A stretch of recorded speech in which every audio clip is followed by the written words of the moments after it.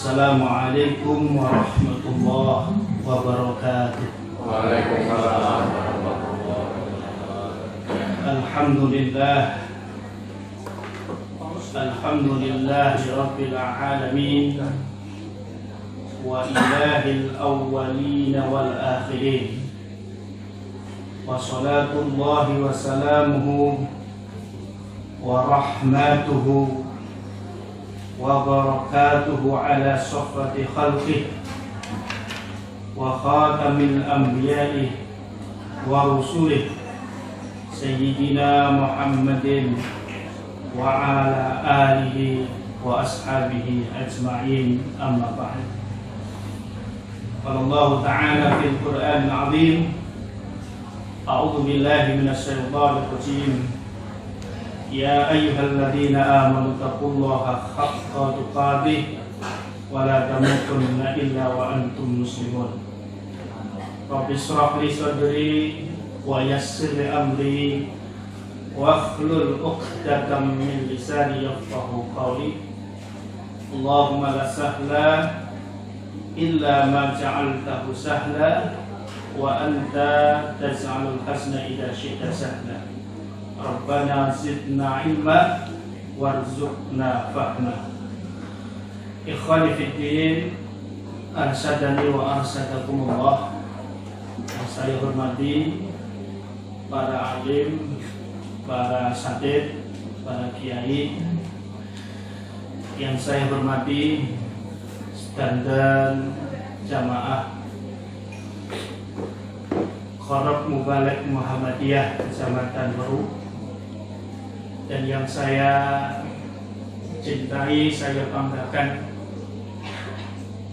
santriwati, anak-anak kami Pondok Pesantren Tahfidz Al-Quran, rahimani wa rahimakumullah. Alhamdulillah, segala puji hanya milik Allah, Rabb semesta alam, Rabb satu-satunya yang awal dan yang akhir.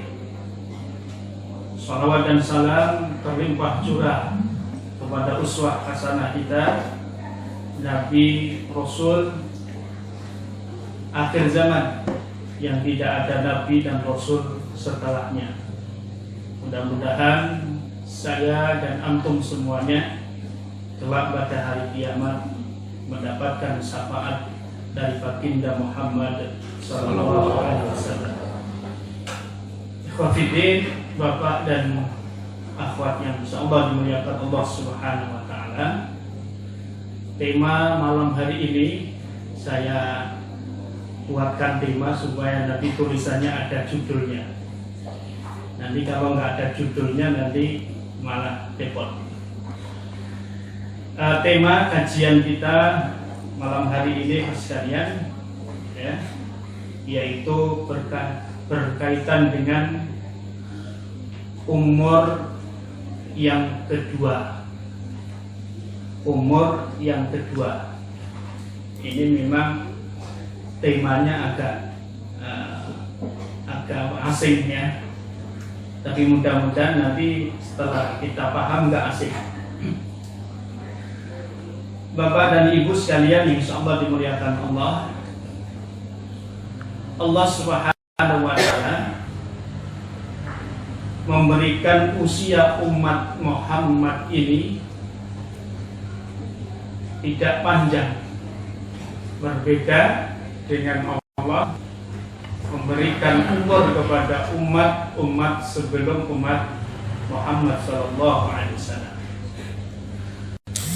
Ada umat yang diberi oleh Allah umur panjang sampai ribuan tahun, di atas ratusan tahun.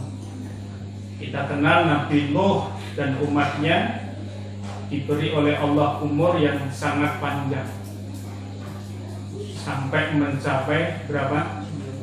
900-an tahun. Coba bayangkan, umur kok sampai 900 tahun itu kayak apa, ya? Kulon jenengan jelas, ya kan? 900 tahun jelas, ya.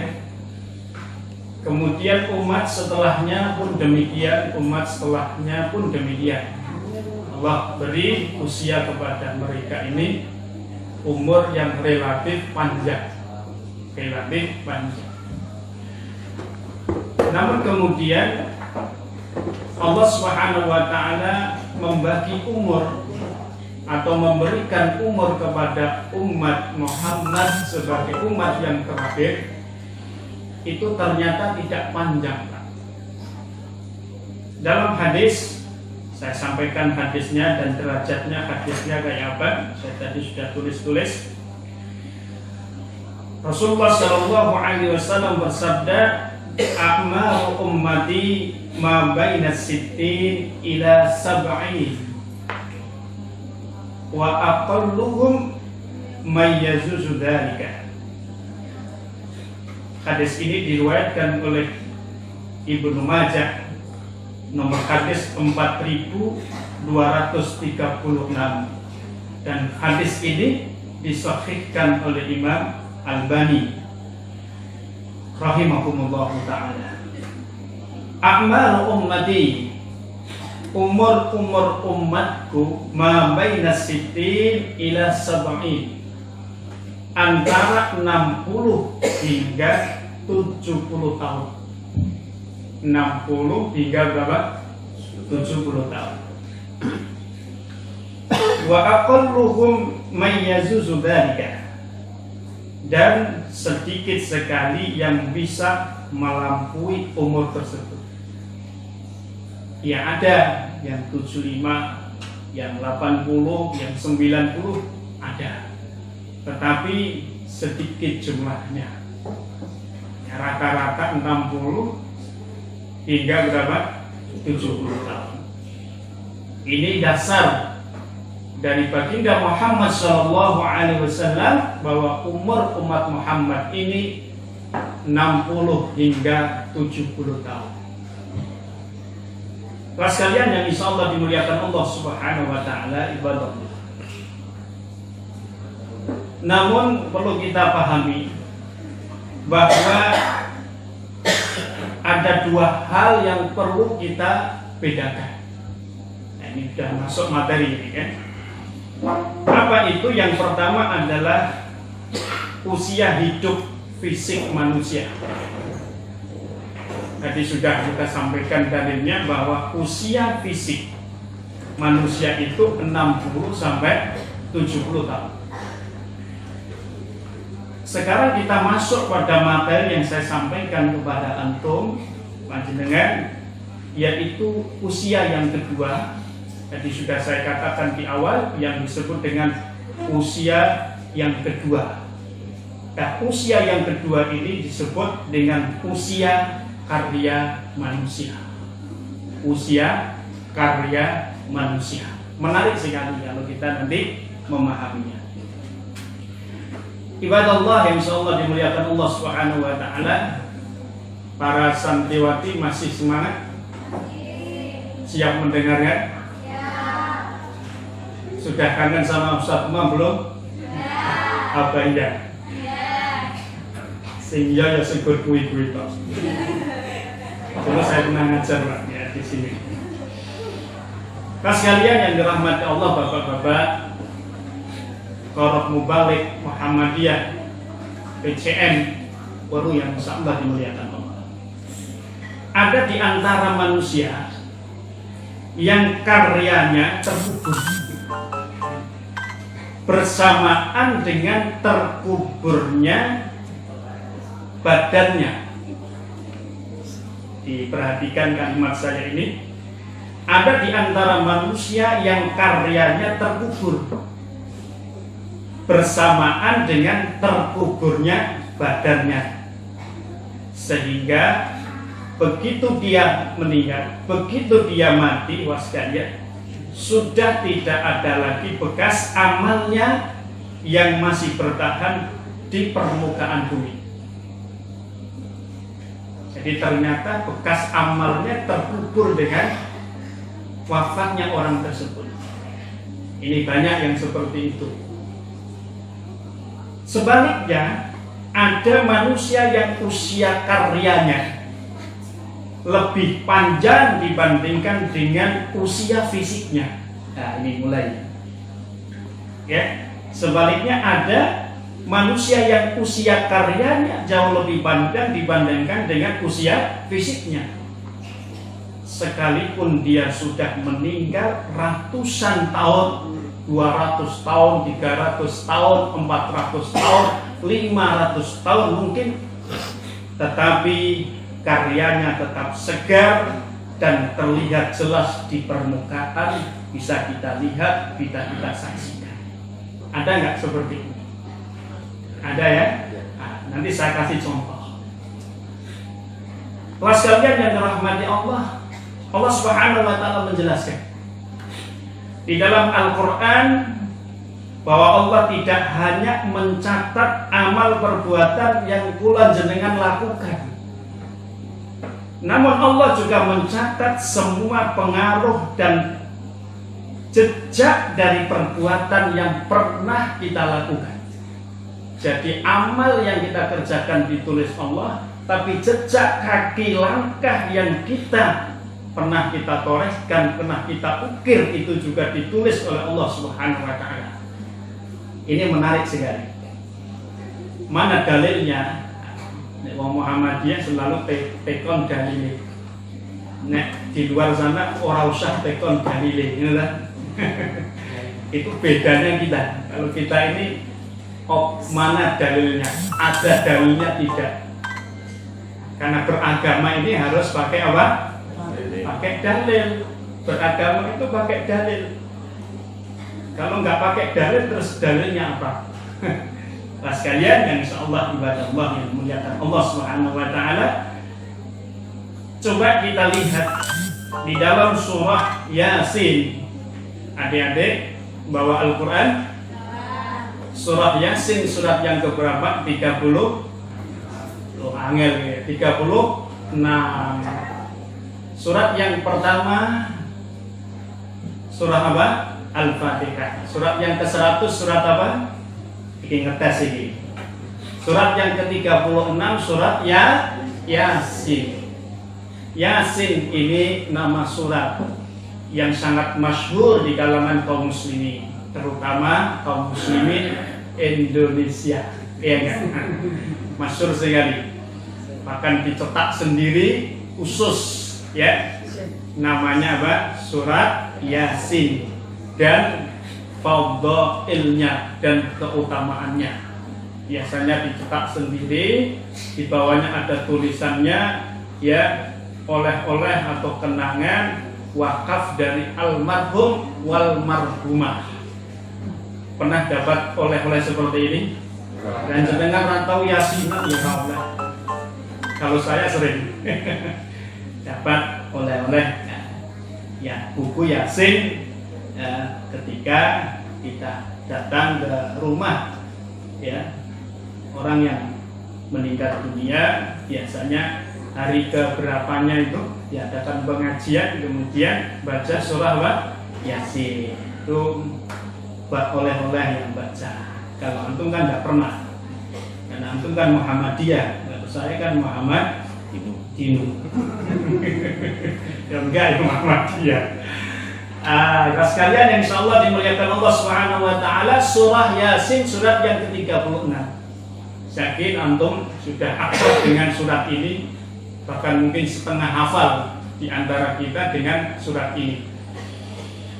Dalam surat Yasin surat yang ke-36 ayat 12. Ayat berapa? Ayat 12. Baik, kita baca. Ya. A'udzu billahi minasyaitonir rajim. Bismillahirrahmanirrahim. Inna nahnu nuhyil mauta wa naktubu ma qaddamu wa atharahum wa kulla syai'in ahsaynahu fi imamin mubin. Sudah ketemu ya Pak ya? Surah apa? Yasin surat yang ke-36 ayat 12. Pelan-pelan ini karena ngajinya kan sepuh-sepuh, kecuali yang belakang. Sesungguhnya inna nahnu, sesungguhnya kami Allah nuhyi yang menghidupkan nanti pada hari kiamat al-mauta, orang yang mati.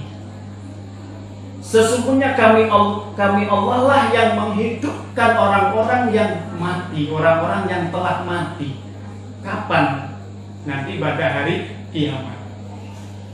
Jadi yang mati-mati itu sekarang, Pak, atau yang sudah mati puluhan tahun, ratusan tahun, bahkan ribuan tahun yang lalu, nanti pada hari kiamat, ya, hamba-hamba Allah ini, manusia-manusia ini akan dihidupkan kembali. Dihidupkan apa? Kembali. Saya nanti ketika mati, kemudian kiamatnya kok masih 300 tahun, maka saat itulah kemudian saya dihidupkan kembali oleh Allah Subhanahu wa taala. Ya, inna nahnu nuhyil mauta. Ini tidak saya terangkan. Nanti nggak dapat nanti karena waktunya cukup. Nggak cukup. Wa naktubu ma qaddamu wa atharahum. Kami catat semua yang telah mereka lakukan. Ya.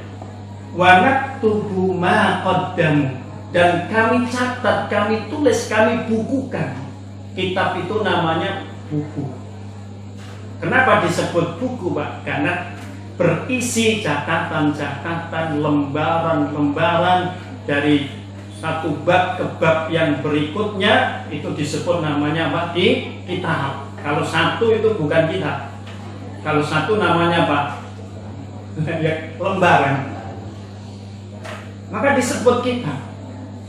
Maknanya ikhwas sekalian yang dirahmati Allah, kitab amal ini, kitab amal kula jenengan ini tebal, Pak, nanti. Tebal sekali, kan?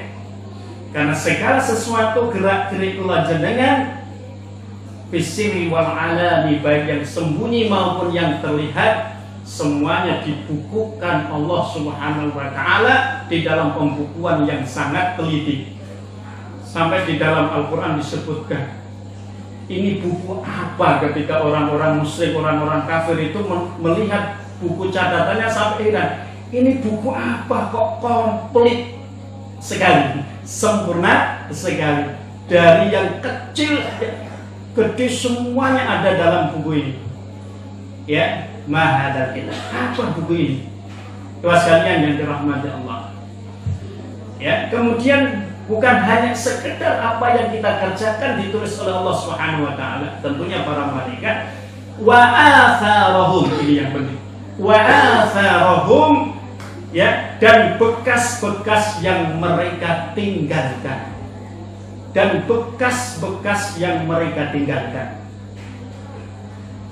Naktubu ma qaddamu wa atharahum, kamilah yang membukukan, kamilah yang mencatat semua yang telah mereka lakukan dan bekas-bekas yang mereka tinggalkan. Ibadallah. Baik, kita lihat tafsirnya. Kita lihat tafsirnya. Saya tidak akan memberikan banyak tafsir, beberapa tafsir saja karena waktunya. Di dalam kitab Tafsir Ibnu Katsir, ya, rahimahumullah ta'ala, beliau menyebutkan dua tafsir ulama tentang makna kalimat bekas-bekas yang mereka tinggalkan. Wa atharahum, bekas-bekas yang mereka tinggalkan. Ibadallah.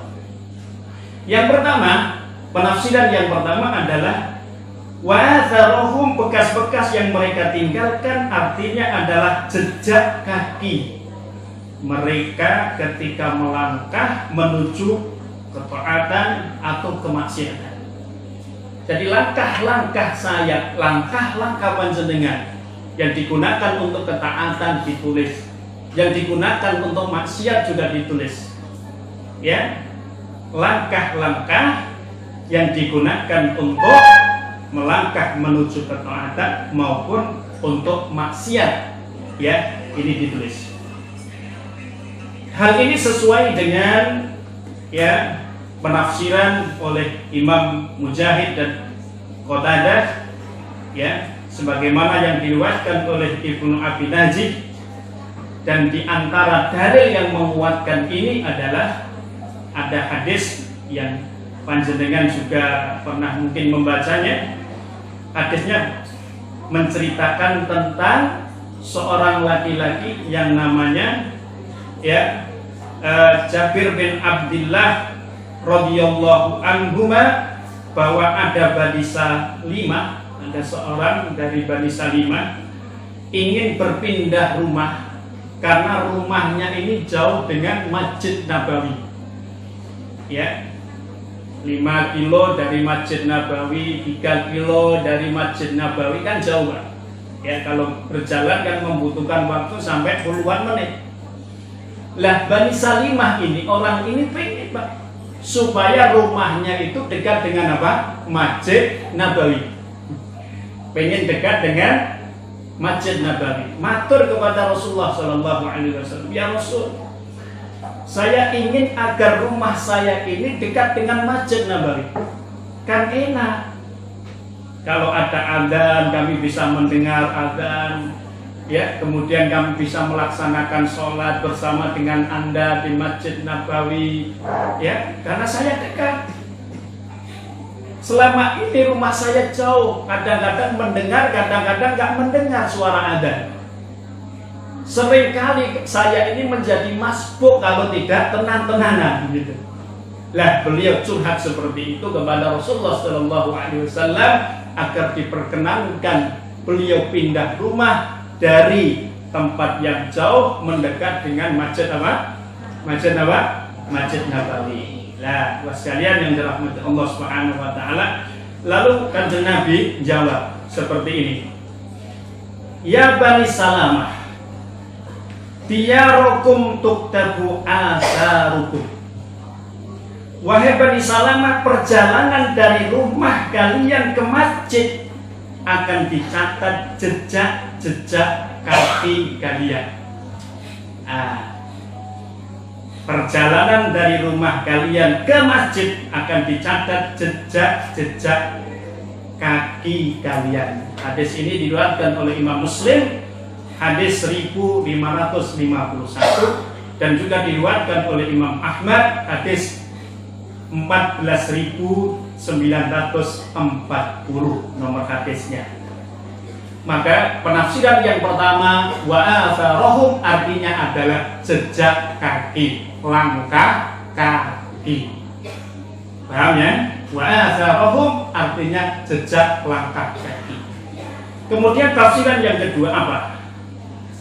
Lihat ini tafsiran yang luar biasa, dan ini yang dipahami oleh kiai-kiai kita, ulama-ulama kita di Muhammadiyah.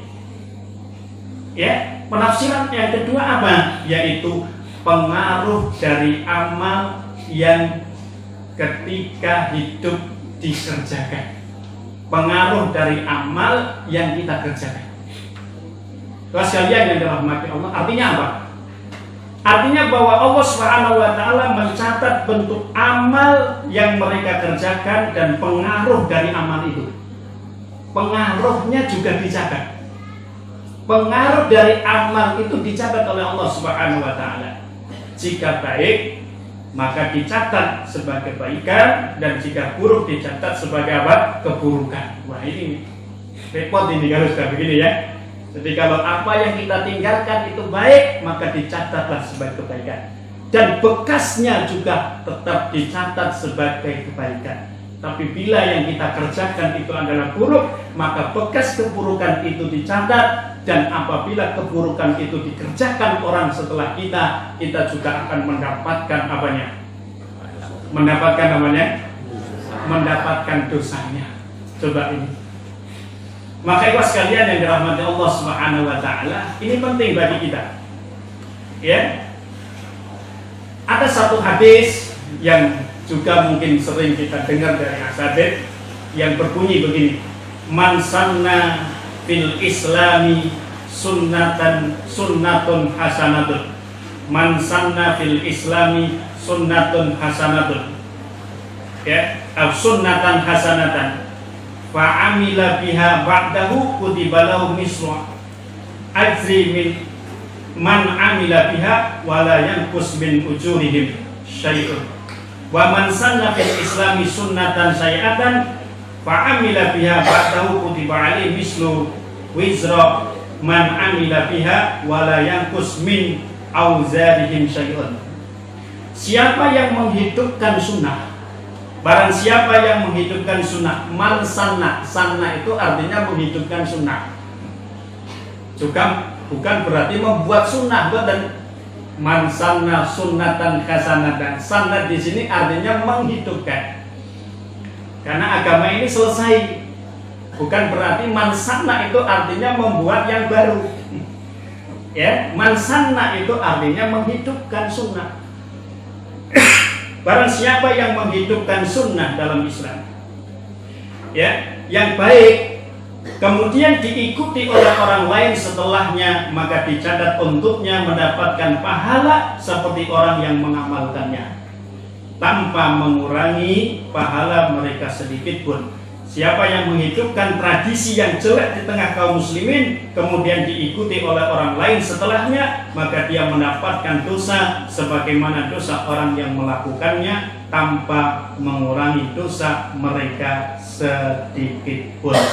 Hadis ini diriwayatkan oleh Imam Muslim, hadis 2398, juga diriwayatkan oleh Imam Ahmad, hadis 19.674. Ibadallah, Bapak dan Ibu, para akhwat yang insyaallah dimuliakan Allah Subhanahu wa taala, itulah penjelasan para ulama terkait dengan makna wa atharahum dan bekas-bekas mereka. Sekarang kita lihat, karya adalah umur yang kedua, Pak. Kalau begitu, iya enggak?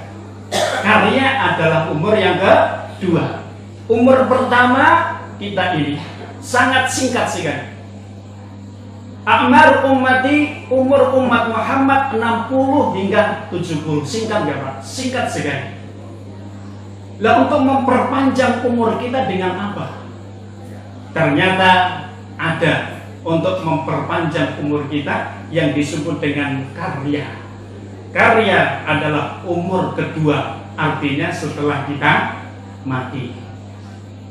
Ada satu ungkapan, adik-adik, ayyuhat thalabat, mungkin pernah mendengar ungkapan harimau mati meninggalkan apa? Belang. Halo, yang putri-putri, harimau mati meninggalkan apa? Belang. Gajah mati meninggalkan apa? Gaging. Manusia mati meninggalkan apa? Meninggalkan karya. Pertanyaannya, kita sudah punya karya belum? Gitu ya. Kalau harimau mati meninggalkan belang, gajah mati meninggalkan gaging, kita sebagai manusia kalau mati meninggalkan apa, Pak? Meninggalkan amal? Tidak cukup dengan amal yang biasa, tapi amal sebagai amal karya.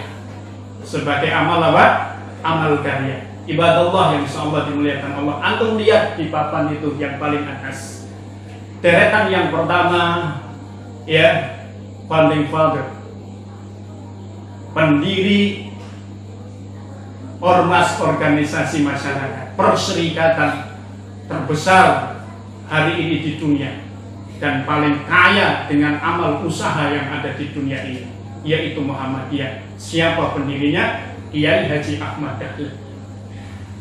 Coba sekalian yang dirahmati Allah Subhanahu wa taala, antum tanya sama Google kalau nggak percaya, atau sekarang mungkin tanya sama Biorka. Tanya sama Biorka. Beliau meninggal pada tahun berapa? Tahun 1923. Ya. Beliau meninggal tahun berapa? 1923. Lihat itu, Pak. Sekarang tahun berapa, Bapak Ibu? Sekarang tahun 2022. Berarti beliau, Kiai Haji Ahmad Dahlan, wafatnya beliau dengan sekarang sudah 99 tahun. Dan antum tahu umur beliau diberi oleh Allah Subhanahu wa taala berapa puluh tahun. Jika kita hitung, ya, bekas beliau, karya beliau, ya, Dengan umur beliau secara fisik hari ini sudah lebih panjang karya beliau daripada apanya? Umur fisik beliau. Paham betul? Ini Kiai Haji Ahmad Dahlan. Bagaimana dengan guru beliau Muhammad Abduh? Ya, bagaimana dengan guru beliau yang lainnya? Syekh Soleh Darat yang ngajari beliau bersama dengan Kiai Haji Hashim Asy'ari. Kemudian ulama-ulama di belakang beliau yang punya karya-karya besar, ya, Muhammad Abduh ada karyanya Tafsir Al-Manar. Antum bisa baca itu, tafsir modern. Dan itulah yang mencetak, yang mempengaruhi Kiai Haji Ahmad Dahlan ketika kemudian pulang ke Indonesia untuk membuat organisasi. Kenapa? Kalau tidak di organisasi, manusia ini akan lebih ganas, akan lebih seperti binatang kalau tidak di organisasi. Ibadah Allah yang insyaallah dimuliakan Allah Subhanahu wa taala. Antum tahu buku Riyadhus Shalihin? Antum tahu buku Bulughul Maram? Kalau Ustaz Saifuddin apa? Tafsir apa? Tafsir Ibnu Katsir Tabrani. Coba antum nanti lihat tafsir yang dikaji oleh panjenengan oleh Ustaz Saifuddin itu dengan umur beliau dan karya beliau itu jauh lebih panjang karya beliau daripada umur beliau. Ibadah Allah yang insyaallah dimuliakan Allah. Imam Syafi'i, siapa yang gak kenal Imam Syafi'i? Beliau oleh Allah Subhanahu wa taala diberi umur fisik berapa? 54 tahun ibadah Allah. Dikasih umur hanya 54 tahun. Antum semuanya sudah pernah baca kitab induknya Imam Syafi'i, namanya Kitabul kitab induk beliau, atau Musnad Syafi'i, kumpulan hadis-hadis Imam Syafi'i. Imam Syafi'i kita sekarang ini dengan wafatnya Imam Syafi'i saat itu sudah berapa ratus tahun, Pak? Sudah berapa ratus tahun? Ternyata karya beliau lebih panjang daripada usia fisik beliau. Masya Allah.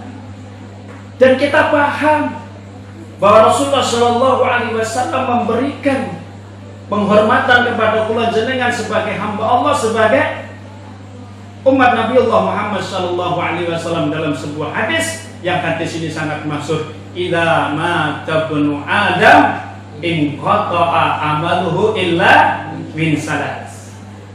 Ketika anak Adam itu meninggal, maka terputuslah amal ibadah seluruhnya. Dia nggak bisa sholat lagi, nggak bisa zakat lagi, nggak bisa haji lagi, nggak bisa puasa lagi, nggak bisa. Inqata amalu illa min, kecuali 3. Bapak dan Ibu semuanya sudah paham, sudah ngerti. Pertama apa? Sedekah jariyah. Kedua apa? Ilmu yang bermanfaat. Ketiga apa? Doa anak yang soleh. Apa hubungannya dengan wa'atharahum, Mbak? Apa hubungannya dengan jejak-jejak itu, Mbak? Ini karya. Jenengan bisa sedekah jariyah, pendirian pondok pesantren, karya nggak ini, Pak? Karya. Jenengan gotong 1 bata, 1 sak semen, kemudian ditempelkan di pondok pesantren. Usia panjenengan 70 tahun. Pondok pesantren ini nanti ditakdirkan Allah Subhanahu wa taala berusia 200 tahun. Panjang mana dengan umur jenengan? Loh, begitulah hebatnya kawan sekalian yang dirahmati Allah Subhanahu wa taala. Sampai di sini paham ya? Maka umur yang kedua ini adalah sebuah karya nyata kula panjenengan. Maka Muhammadiyah selalu dan senantiasa mengajak kepada putra-putrinya, kepada warga Muhammadiyah, bukan sekedar menjadi orang yang sholih, tetapi juga menjadi orang yang muslih. Bukan sekedar orang sholih, tetapi juga menjadi muslih. ma farqu baina sholih wal muslim. Kalau begitu apa bedanya soleh dengan muslim? Imam Al-Ghazali. Siapa Imam Al-Ghazali? Jenengan Muhammadiyah itu rapatnya akrab dengan kitab-kitabnya Imam Ghazali. Ya kan? Imam Al-Ghazali itu hujjatul Islam. Beliau itu ahlu sunnah. Ya, tapi banyak kemudian ya diaku oleh siapa saja, bahkan oleh paham-paham tasawuf atau sufi. Bahkan dijadikan Imam Ghazali sebagai guru spiritual dari semua paham tasawuf yang ada. Ya, bukunya yang terkenal dengan kitab Ihya Ulumuddin. Ya sekalian yang dirahmati Allah, beliau menjelaskan al-farqu baina sholih wal muslim. Apa bedanya soleh dengan muslim itu napa? As-sholih wa khairuhu li nafsihi wala li ghairihi. Sing disebut soleh niku dia beramal tapi untuk dirinya sendiri. Kesolehannya hanya untuk dirinya sendiri. Itu namanya orang soleh. Wa amal muslih, adapun orang muslih khairuhu li nafsihi wa li ghairihi. Dia berbuat baik untuk dirinya tapi juga untuk orang yang lain. Itulah yang disebut dengan muslim. Paham betul Pak? Paham betul? Nek ngantuk ora paham niki. Ngantuk betul? Masuk keterangan api ngene nek ngantuk bahaya nih. Ibadah Allah yang insyaallah dimuliakan Allah Subhanahu wa taala begitu. Anak Adam ini kalau sudah meninggal saya, jenengan itu meninggal, ditulis amal-amalnya, sholatnya, puasanya, udah selesai. Lah kalau kula jenengan itu nggak banyak melangkah ke masjid, nggak banyak melangkah majelis taklim, berarti kita nggak punya asar, Ustaz. Iya, kita nggak punya asar, Pak, nggak punya jejak langkah. Makna yang pertama. Makna yang kedua, ketika ada amal jamaah, ketika ada amal perserikatan, kemudian jenengan boten derek, boten ikut, berarti jenengan nanti nggak punya apa-apa dong. Iya nggak? Miskin nggak kalau begitu Pak? Miskin sekali Pak. Maka ibu sekalian yang dirahmati Allah Subhanahu wa taala, para ulama menjelaskan tentang amal orang hidup ya, dan amal yang ditinggalkan orang setelah mati itu dengan penjelasan yang sangat indah. Pertama, ibu sekalian, tentang sedekah jariyah tadi. Sepakat para ulama Ahlus Sunnah termasuk Muhammadiyah, okay, setelah mengkaji semuanya bahwa sedekah jariyah itu banyak macamnya, ya. Kalau jenengan baca hadis, ada beberapa, ada 7 sampai 10 itu amal yang sifatnya jariyah. Di antaranya adalah membuat irigasi. Membuat irigasi air itu ya, yang jenengan buat irigasi, kemudian airnya untuk siapa saja ya, dari masyarakat, untuk pertanian, untuk peternakan ya, kemudian dilestarikan oleh orang-orang setelah kita. Lah itu setiap lambung dari ternak yang diminumi dari irigasi itu sedekah, ada kebaikan. Ngeri nggak Pak itu Pak? Jadi yang membuat bendungan Gajah Mungkur itu pripun pahalane Pak? Sinten sing gawe niku Pak? Sinten jenengan, Bapak jenengan yang saat itu ya melu ulun Pak Jek. Ora go Pak Harto tok. Nek Pak Harto ngumpulke kan ngoten niku. Jenengan bapak-bapak kula jenengan. Gawe irigasi. Yang kedua, sumur yang jenengan gali. Sumur yang jenengan gali, kemudian airnya digunakan untuk umum. Selain untuk umum, tentunya untuk pribadi, keluarga jenengan, tetangga jenengan, masyarakat jenengan diminum. Untuk kepentingan air bersih, mandi, cuci, ya Pak, untuk minum ya orang ataupun ternak. Maka setiap tegukan air itu, orang yang menggali sumur itu mendapatkan apa Pak? Mendapatkan kebaikan, baik ketika masih hidup atau ketika dia sudah meninggal dunia. Dahsyat sekali. Maka Rasulullah SAW suatu saat pernah didatangi seorang laki-laki. Ya Rasulullah, bapak saya meninggal, ibu saya meninggal. Seandainya bisa bicara, pasti dia akan berkata kepadaku, wahai anak, ya beramalah untuk bapak dan ibu. Maka beliau bertanya kepada Rasul, ya Rasul, amal ibadah apa yang saya niatkan untuk orang tua saya yang hebat pahalanya? Maka beliau mengatakan, galilah sumur. Gali apa Pak? Sumur. Gawe ya sumur yang airnya digunakan untuk kepentingan masyarakat. Maka jenengan lihat Bapak Ibu, di mana-mana pondok pesantren di masyarakat Gunung Kidul banyak ratusan saya lihat itu sumur ya wakaf dari Qatar, wakaf dari Timur Tengah, wakaf dari Muksinin Timur Tengah. Pernah dengar? Pernah melihat? Kenapa begitu hebatnya, antusiasnya orang-orang Islam Timur Tengah mengucurkan dananya dimasukkan ke Indonesia? Pesannya untuk apa? Penggalian sumur-sumur, karena sumur adalah merupakan amal jariah. Selanjutnya apa ya sekalian yang dirahmati Allah? Menanam pohon yang ada manfaatnya. Selanjutnya apa? Ya, mewakafkan kitab-kitab, mewakafkan Al-Quran. Yang kelima apa? Pas kalian yang dirahmati Allah Subhanahu wa Ta'ala, di antaranya adalah anak yang soleh, ya, gedung pendidikan, pondok pesantren dan lain-lain sebagainya. Para ulama menerangkan seperti ini. Amal apakah yang sampai kepada si mayit? Yang amal itu dikerjakan oleh orang yang hidup. Tadi kan hasil karyanya orang yang sudah meninggal. Sekarang bukan karyanya langsung, tapi menjadi sebab daripada dia. Yang pertama ibu sekalian sepakat.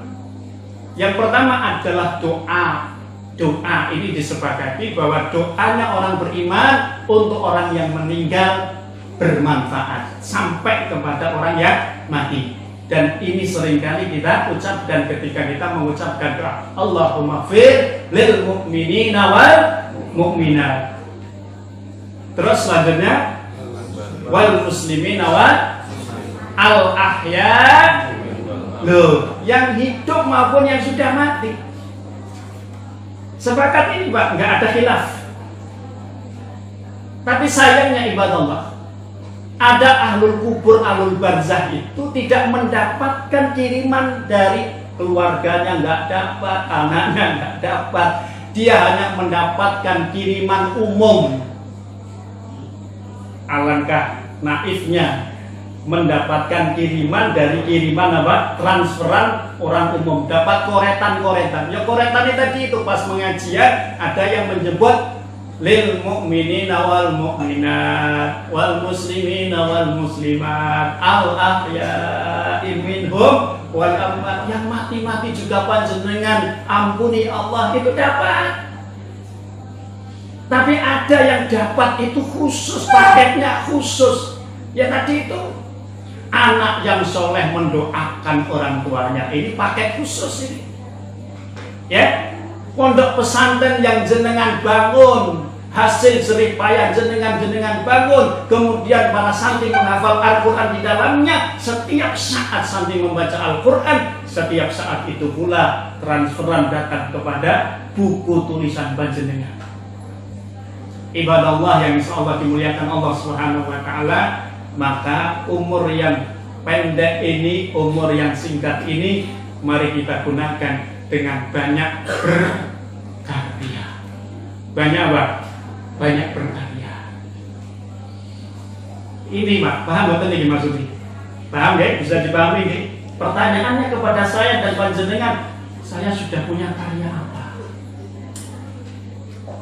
Ya, sudah punya karya apa Pak? Sudah punya masjid? Alhamdulillah. Bagaimana karya masjid kita ini kita lestarikan?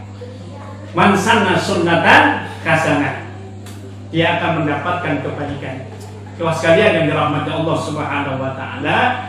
Kemudian dilanjutkan dengan perkara yang lain. Para ulama membedakan amal itu ada dua. amal orang hidup yang sampai kepada orang mati itu dibagi menjadi dua. Yang pertama adalah amal jasad, amal anggota badan, dan yang kedua adalah amal ya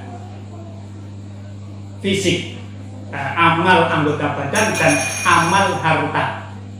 Amal harta. Sepakat semua para ulama bahwa amal harta itu sampai kepada orang mati, termasuk Muhammadiyah. Jenengan punya uang 300.000 Pak, bawa ke masjid, dimasukkan ke masjid. Dalam hati panjenengan mengatakan, ya Allah, yang 100 saya, yang 100 ini untuk ibu saya, yang 100 ini untuk almarhum bapak saya. Sampai nggak itu Pak? Sampai betul? Sampai Pak itu. Jenengan punya harta yang banyak. Dulu ketika saya ya masih kecil, nakalnya luar biasa dengan bapak saya almarhum, dengan ibu saya almarhumah. Uang yang ada di bawah bantal itu habis terus, hilang terus gara-gara kenakalan saya saat itu. Ibu jenengan meninggal dunia, bapak saya jenengan meninggal dunia, semuanya sudah tidak ada. Sekarang jenengan jadi orang yang tahu, jenengan orang sukses.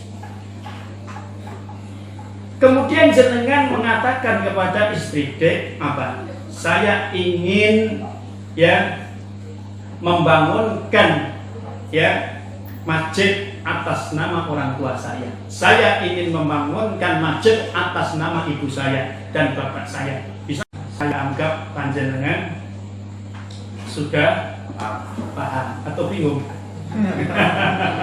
Ada dua hal itu. Insya Allah paham, dan kemudian saya pesan ya. Ini Pak, itu. Mau. Untuk ini menceritakan kebingungan saya. Lingkungan saya itu memang kebanyakan warga Nahdliyin, dan saya single factor di jalan sendirian. Ketika itu saya sering di tiap kumpulan di tempat saya itu kan yang satu-satunya orang yang tidak pernah ikut dalam majelis yasin dan tahdir itu saya. Karena saya kalau tidak ikut rasanya gimana, tapi kalau itu rasanya juga gimana.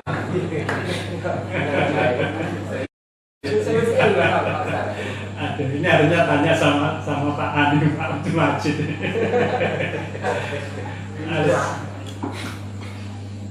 Ya sekalian yang dirahmati Allah, yang pertama kita pahami dulu. Jadi tahlilan, yasinan, ya Muhammadiyah memandang itu muhdas, perkara yang diada-adakan. Dalam bahasa yang lebih agak keras namanya apa? Bid'ah dan begitu. Tapi bid'ah itu ada markilnya Pak, ada tingkatan-tingkatannya. Yasinan, tahlilan itu ya tidak mukafirah Pak, ya tidak sampai ke derajat kemudian menjadikan pelakunya sampai apa? Kafir, khurujun minal millah, itu terlalu ekstrim Pak. Jenengan ekstrim sekali kalau mengatakan, wah nanti malah jenengan dikatakan wah khawarij ini. Gitu kan. Khawarij di sini kan gitu kan. Enggak. Ekstrim ya kan, enggak begitu. Ya. Dan di tubuh Muhammadiyah sendiri dari ulama-ulama dulu memang itu juga tasamuh dalam persoalan ini. Ya, ini harus dipahami dulu ya. Kalau jenengan sebagai warga Muhammadiyah yang baik komitmen dengan putusan tajik bahwa itu perkara yang diadakan di dalam agama, dan putusan tajik adalah merupakan bagian yang harus diikuti, dan tidak ada masalah dengan masyarakat yang ada di lingkungan jenengan, maka keberadaan jenengan tidak menjadikan fitnah. Ya, tapi kalau kemudian ketidakhadirannya jenengan malah menimbulkan fitnah, itu lain perkara. Pertanyaannya, selama ini menjadi fitnah bagi panjenengan Pak, yang dilempar, pakai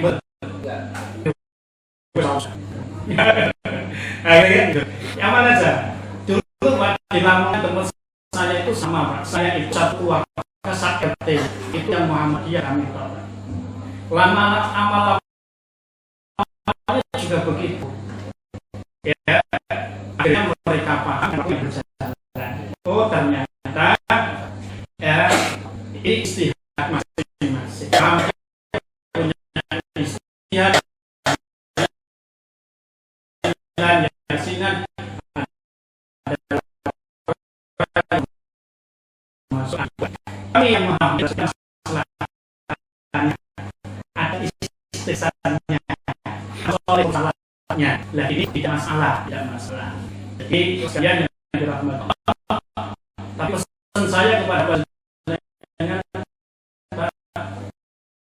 tetap bermuasyarah dengan baik, asal dengan baik, dengan diri belakang ini juga berhasil. Jadi kan itu masyarakat juga mengatakan kita tahu wa akhir mahal. Kalau ingin masalah daging duduwe dobe kanan kiri depan belakang di ini kamu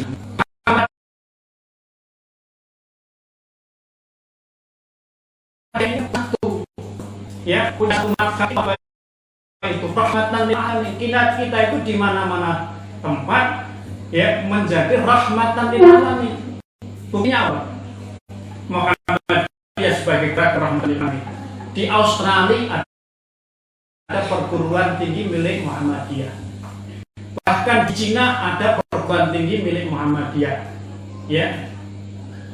Dosennya Islam, anak didiknya kira-kira apa, Pak? Kafir apa Islam? Kafir rata-rata. 90% kafir. Apakah dengan itu gara-gara seperti itu kemudian kita kitmanul ilmi? Enggak. Apa kemudian kita menyembunyikan ilmu kita? Kemudian kita tidak mau menyampaikan ilmu kepada siapa saja? Bukan. Mana rahmatan lil alamin? Maka Muhammadiyah di mana-mana sekarang masih ada namanya Universitas Muhammadiyah Malaysia, ada namanya baru saja itu 1 bulan yang lalu dong. Itu hati yang dirahmati Allah. Jenengan juga demikian. Maka fikih muamalah ini penting ya. Fikih muamalah basyariah dengan orang. Al-jarus salasah. Rasulullah mengatakan tetangga itu ada 3. Satu, tetangga yang punya 3 hak. Punya 3 hak, berarti kewajiban kita memberikan 3 kepada tetangga itu. Siapa tetangga yang punya hak? Dia adalah waris kita.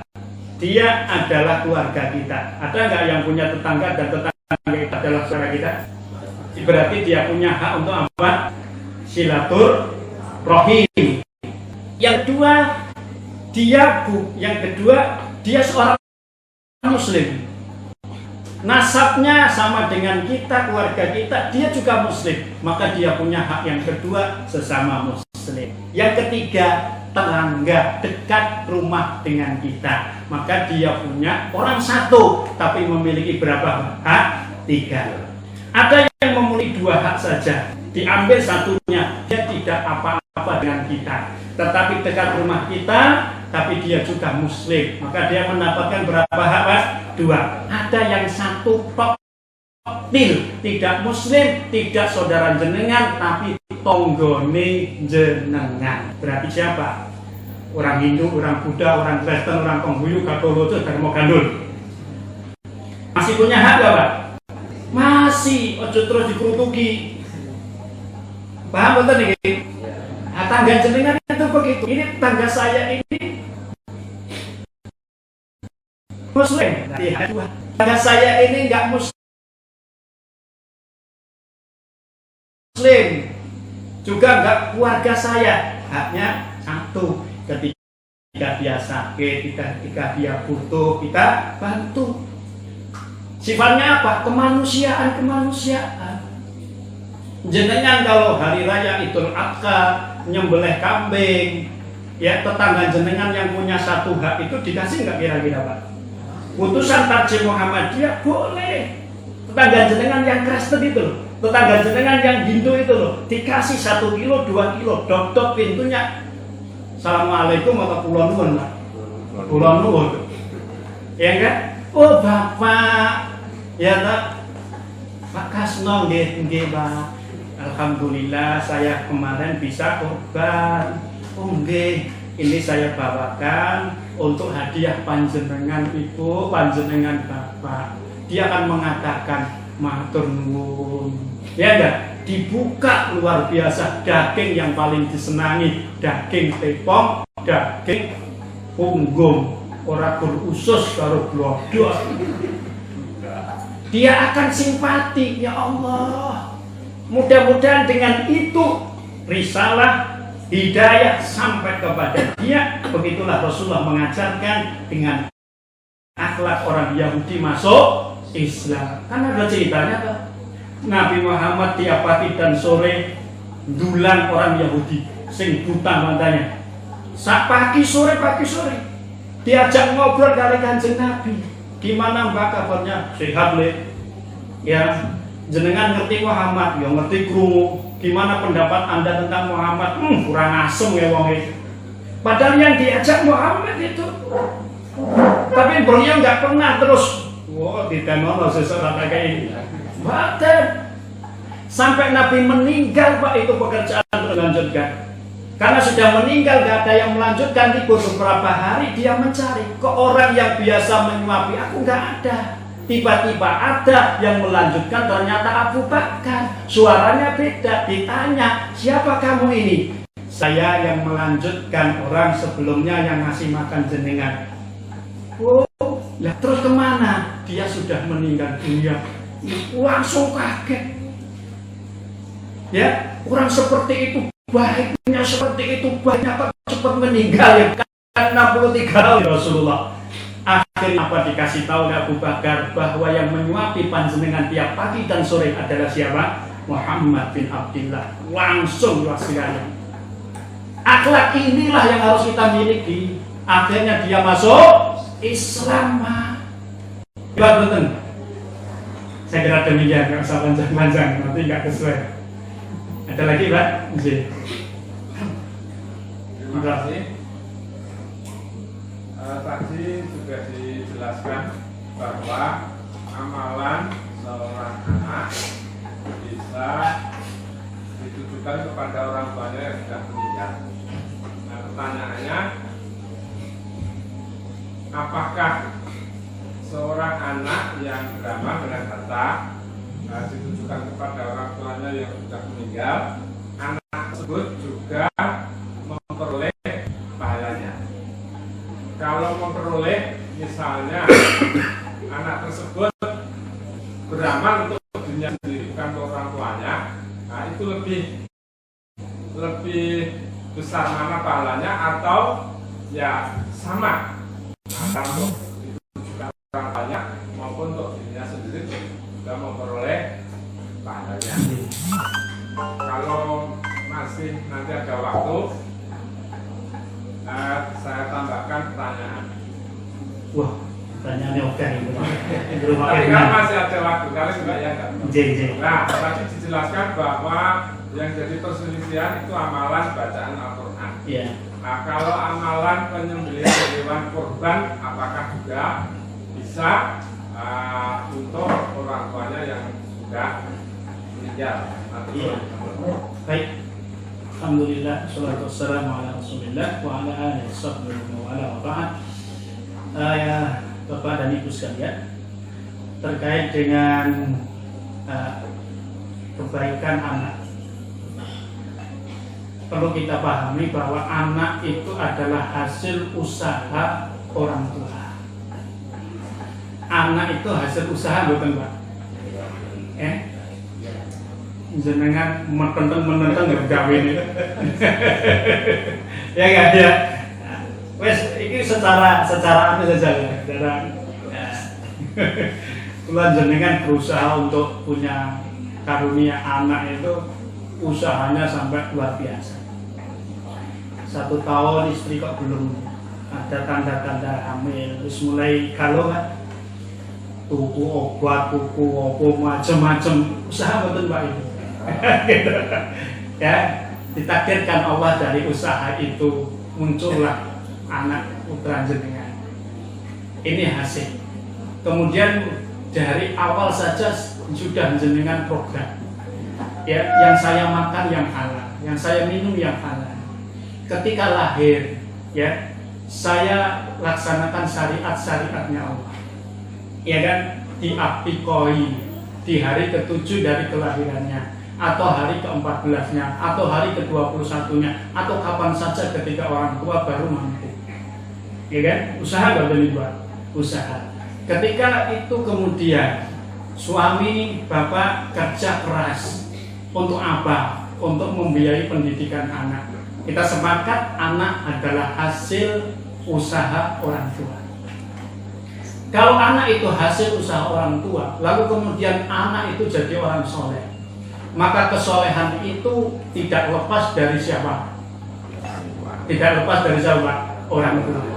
Sekarang anak kemudian soleh, membaca Al-Quran, beramal ini itu, ya, dan sebagainya. Akal sehat kita pasti mengatakan berarti orang tua pun pasti akan mendapatkan kebaikan dari anak itu. Ya enggak? Pasti itu. Apalagi kalau anak itu kemudian meniatkan secara khusus sebagai ucapan terima kasih. Allah, Nabi mengatakan, belum dikatakan bersyukur kepada Allah kalau kamu tidak berterima kasih kepada orang yang menjadi wasilah kamu mendapatkan nikmat. Ya enggak? Jadi kalau jenengan dikasih orang, Pak, saya dikasih uang, saya dikasih bantuan, jangan bilang jazakumullah toh. Itu belum beradab. Paham betul? Itu berakhlak, Bapak. Kita harus beradab. Ketika kita dikasih orang, kita mengucapkan apa, Pak? Akhlak kita kepada Allah, alhamdulillah. Tapi adab kita kepada orang yang memberi apa, Pak? Matur nuwun. Banyak nggak yang salah seperti itu kita? Alhamdulillah, Pak, alhamdulillah, dagingnya apik. Saya di depan jenengan itu bukan Allah. Saya itu orang yang diutus Allah untuk menyampaikan apa nikmat berikan kepada jenengan. Jenengan katakan gimana? Matur nuwun, terima kasih. Gitu enggak? Lah ini maka adab dan akhlak tidak bisa dipisahkan. Nah, maka ulama kemudian menjelaskan amal yang dikerjakan anak yang soleh hasil dari upaya ya orang tua, baik itu diniatkan atau tidak diniatkan, maka orang tuanya mendapatkan kebaikan. Apalagi kalau diniatkan. Kemudian kalau anak itu meniatkan, apakah anak itu kosong dari kebaikan? Tidak. Tidak. Ya, Allah itu tidak menggunakan matematika. Allah tidak menggunakan matematika. Kalau kita punya 10, kemudian kita kasihkan kepada orang lain, berarti kita punya nyomong gitu kan? Itu matematika. Matematika. Itu kalau matematika. Paham kan ya? Jadi bukan ukuran matematika mudah. Itulah kelas kalian yang dirahmati Allah Subhanahu wa taala. Saya kira itu, Pak. Jadi baik nggak kalau ditujukan atau diniatkan? Baik. Ya. Kalau perlu kita kombinasikan. Sekali-kali kita niatkan, sekali-kali tidak. Sebagai tanda apa, Pak? Terima kasih kita kepada Bapak Ibu kita. Ziarah kubur juga demikian, Pak. Muhammadiyah kan paling males ziarah kubur ya. Pada syariatnya, maka Muhammadiyah itu harusnya ya sekali-kali ziarah kubur. Ya, belas, belas. Ya, ini ya kadang-kadang belum seimbang gitu ya. Karena kata-kata kita ditakut-takuti dengan dalil-dalil. Padahal nggak seperti itu, harus seimbang. Ya, ziarah kuburlah, ya fazuruha. Karena bisa mengingatkan kamu mati dan juga mendoakan orang yang ada di akhir kubur, baik itu secara umum atau khusus kepada orang yang jenengan datangi. Ya kan? Orang yang didatangi itu bapak jenengan, ibu jenengan, muslim muslimah jenengan datangi di kuburnya, tahu nggak itu ruhnya Pak? Tahu nggak ruhnya itu Pak? Tahu. Nah kalau tahu berarti seneng nggak Pak? Seneng. Seneng Pak. Maka bahasanya ke zaro yazuru ziyarah. Kata zaro yazuru itu digunakan untuk orang yang seakan-akan sama-sama punya kedudukan urip.